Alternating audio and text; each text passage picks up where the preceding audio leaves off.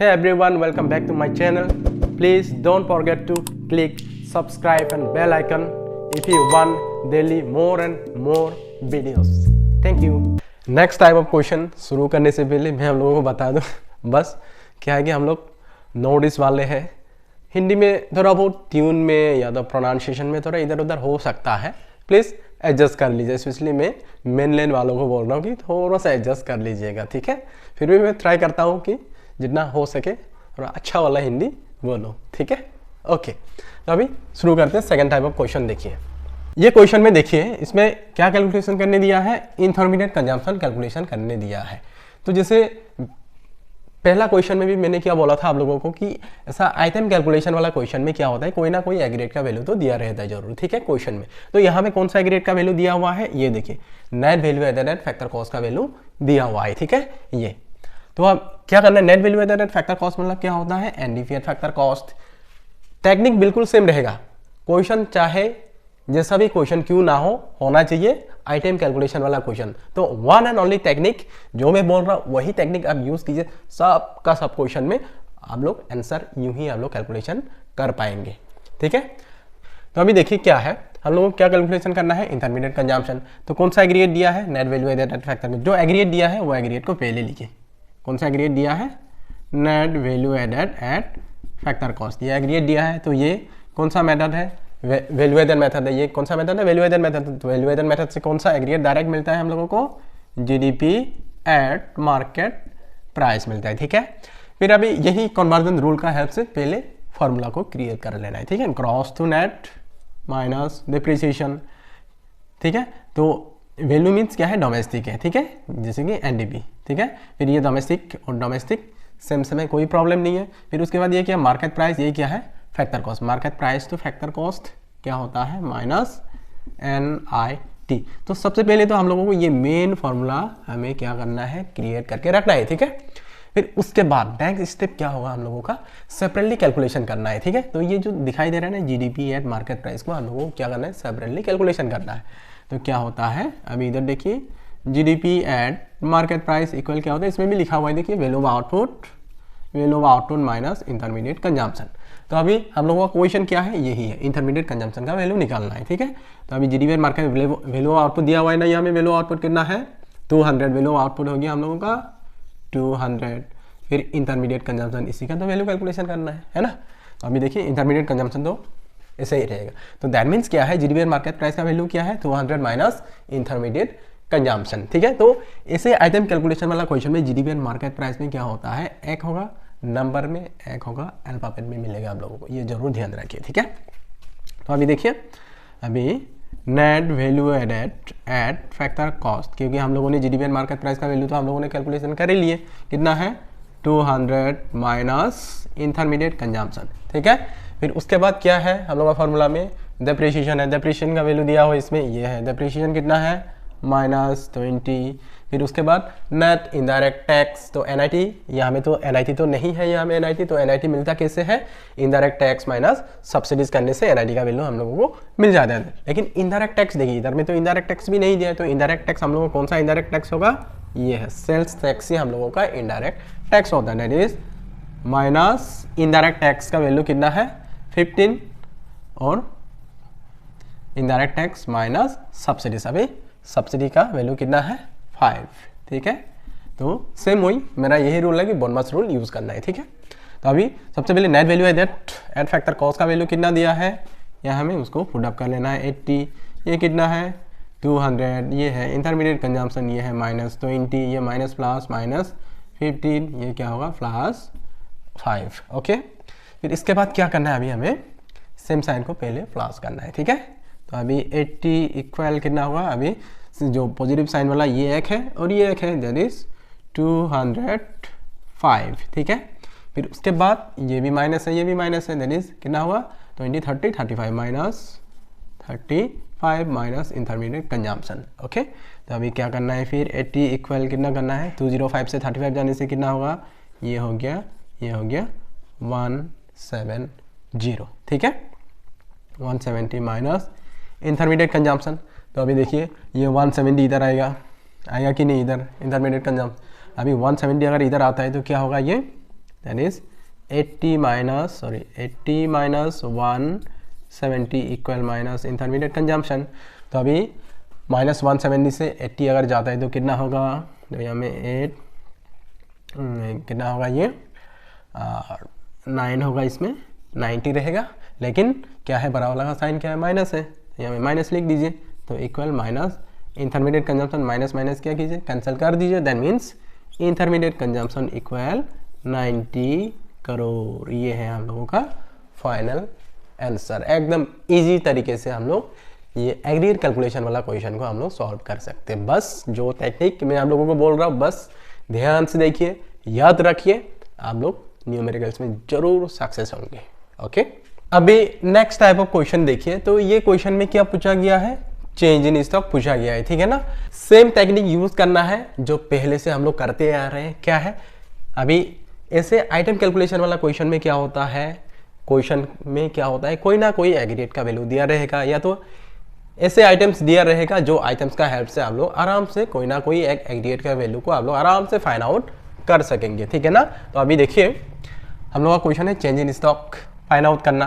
तो अभी कौन सा एग्रीगेट दिया हुआ है हम लोगों को, net value added factor cost. तो net value added factor cost क्या होता है, एनडीपी फैक्टर कॉस्ट। तो जो एग्रीगेट क्वेश्चन में दिया रहता है वो एग्रीगेट को आप लोग पहले लिखिए, क्या लिखना है, NDP at factor cost. Okay, फिर उसके बाद क्या लिखना है, ये जो मेथड है ये क्या है, वैल्यू एडेड मेथड है। जो वैल्यू एडेड मेथड से क्या मिलता है, direct GDP at market price. क्या मिलता है, जीडीपी एट मार्केट प्राइस। फिर उसके बाद ये कन्वर्जन रूल बहुत इंपॉर्टेंट, बहुत जरूरत का चीज है ये, ठीक है। इसको एकदम ये हमें घुसा के रखना, दिमाग में घुसा के रखना, ठीक है। तो इधर देखिए gross to net minus depreciation, domestic से में कोई प्रॉब्लम नहीं है, market price to factor cost minus NIT। तो सेम रूल सेम टेक्निक। तो अभी हम लोग क्या करना है, जीडीपी और मार्केट प्राइस का वैल्यू हम लोग सेपरेटली निकाल लेंगे, या तो चाहते हैं कि आप लोग इधर से निकालें, इधर से भी कर सकते हैं, कोई प्रॉब्लम नहीं है। तो अभी सेपरेटली जीडीपी और मार्केट प्राइस को हमें कैलकुलेशन करना है। तो क्या है, GDP at market price equal क्या होगा, value of output minus intermediate consumption, ठीक है।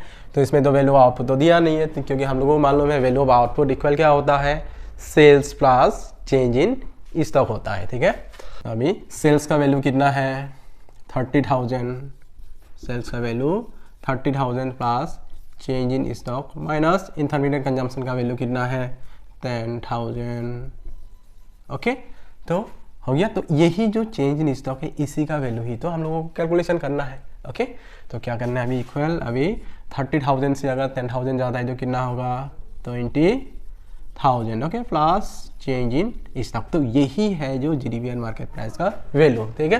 तो अभी क्या करना है, यही जीडीपी एंड मार्केट प्राइस का वैल्यू अभी हम लोगों को कहाँ में डालना है, मेन फॉर्मूला में हम लोगों को पुट अप करना है, ठीक है। तो अभी एनडीपी फैक्टर कॉस्ट का वैल्यू कितना दिया है, 17,600। ओके, 17,600 इक्वल, अभी जीडीपी एंड मार्केट प्राइस का वैल्यू कितना है, 20,000 प्लस चेंज इन स्टॉक। तो अभी डेप्रिसिएशन, अभी कौन सा डेप्रिसिएशन इसमें देखिए, डेप्रिसिएशन इक्वल क्या होता है, कंजम्पशन ऑफ फिक्स्ड कैपिटल होता है। तो कंजम्पशन ऑफ फिक्स्ड कैपिटल कितना है, 3,000। उसके बाद नेट इनडायरेक्ट टैक्स, इसमें तो डायरेक्ट दिया हुआ है नेट इनडायरेक्ट टैक्स, कोई प्रॉब्लम ही नहीं है, नेट इनडायरेक्ट टैक्स है कि नहीं, अगर रेडीमेड दिया हुआ है तो क्या है इसमें। तो एनआईटी का वैल्यू कितना है, -400।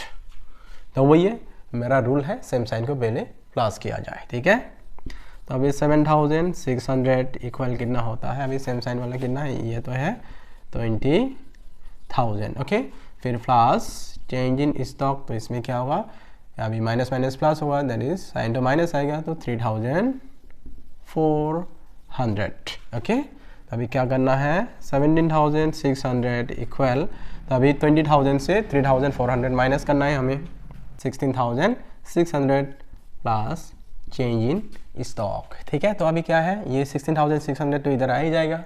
ओके, फिर अभी क्या करना, हम लोग डायरेक्ट लिख सकते हैं, change in stock will be equal to 17,600 minus 16,600। तो change in stock will be equal to कितना होगा, 17,600 से 16,000 अगर 600 माइनस करते हैं तो कितना रहेगा, 1,000 करोड़। तो ये है हम लोग का फाइनल आंसर। कैसा लगा बोलिए, बहुत ही सिंपल है कि नहीं।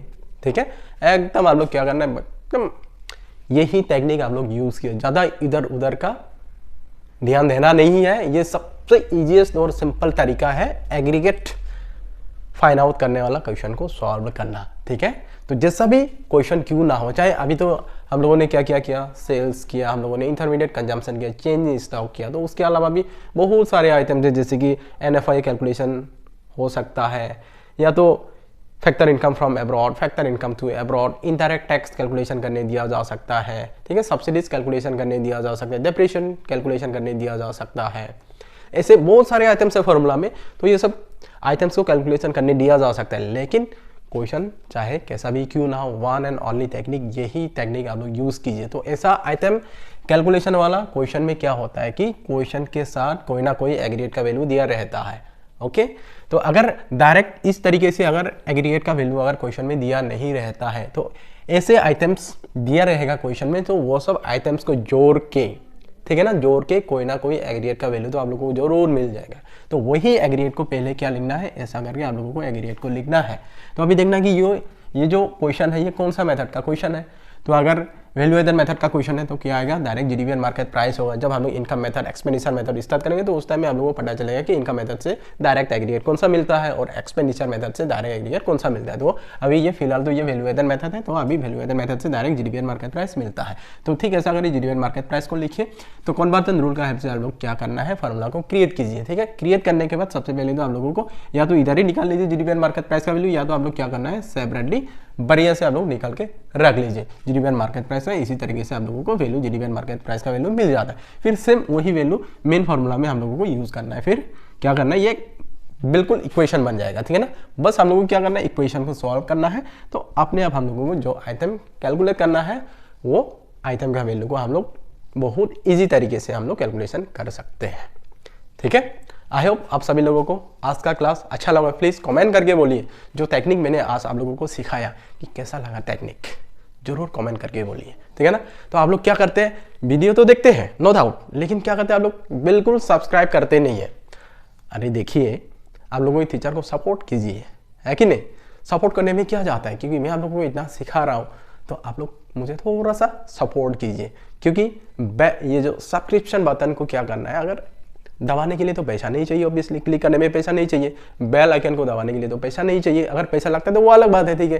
पैसा चाहिए होता है सब्सक्रिप्शन का जो बटन है उसको क्लिक करने के लिए, या तो जो बेल आइकन का बटन है उसको क्लिक करने के लिए क्या होता है, पैसा लगता है। तो ठीक है, मैं मान जाता कि हाँ ठीक है पैसा चाहिए होता है, इसलिए क्लिक करते नहीं है जितने भी व्यूवर्स हैं। मे भी हो सकता है मेरा वीडियो का व्यूवर्स मे बी स्टूडेंट्स भी हो सकते हैं, टीचर्स भी हो सकते हैं। तो अदर देन स्टूडेंट्स और टीचर्स बहुत सारे व्यूवर्स भी होंगे। तो प्लीज़ मेरा यही रिक्वेस्ट है, आप लोग प्लीज़ सबसे पहले तो आप लोग क्या कीजिए, वीडियो स्टार्ट होती है आप लोग क्या करना है, मेरा चैनल को सब्सक्राइब कीजिए, क्लिक कीजिए सब्सक्रिप्शन बटन पे, ठीक है। उसके बाद क्या करना है, बेल आइकन को बिल्कुल दबाइए, ताकि जब भी नया नया वीडियोस आता है सबसे पहले नोटिफिकेशन आप लोगों को मिले, ठीक है। तो फिर मिलते हैं हम लोग और नया क्लास में नया टॉपिक के साथ। तब तक के लिए जय हिंद, जय भारत, जय इकोनॉमिक्स, ओके।